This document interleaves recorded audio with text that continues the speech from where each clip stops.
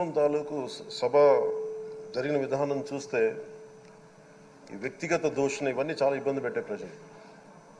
ఈ రోజున వాళ్ళకి 11 సీట్లకు పరిమితం అయ్యారు, ఈరోజు లేరు, ధైర్యం లేదు వాళ్ళకి.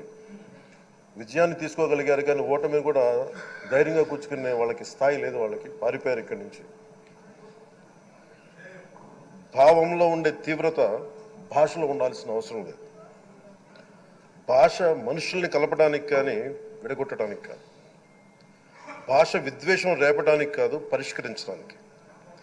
ఎంత జటిలమైన సమస్య అయినా, భయంకర సమస్య అయినా చర్చల ద్వారా పరిష్కరించుకోవడానికి కానీ వివాదం సృష్టించడానికి కాదు.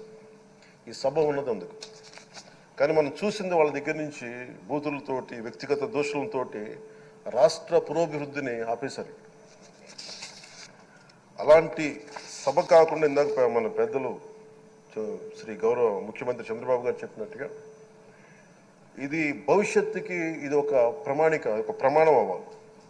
2047 వరకు ఇంత అద్భుతమైన స్థానంలో మనకి ఆంధ్రప్రదేశ్ తెలుగు జాతి ఉన్నత స్థాయికి వెళ్ళాలంటే ఈరోజు మనం వేసే ప్రతి అడుగు అది భవిష్యత్ తరాలకు ఒక నిర్దేశక, ఒక టచ్ స్టోన్గా ఉండిపోవాలి, ఒక గిట్ రాయిగా ఉండిపోవాలి.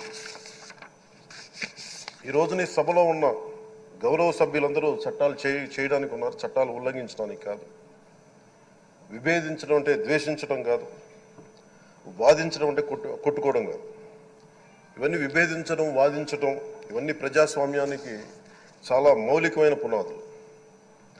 ఆంధ్రప్రదేశ్ ఆవిర్భావం జరిగి అసలు భాషా ప్రయుక్త రాష్ట్రాల ఆవిర్భావమే మన ఆంధ్ర రాజ్యంతో మొదలైంది. అమరజీవి పొట్టి శ్రీరాములు గారి బలిదానం మీద మన రాష్ట్రం పుట్టింది.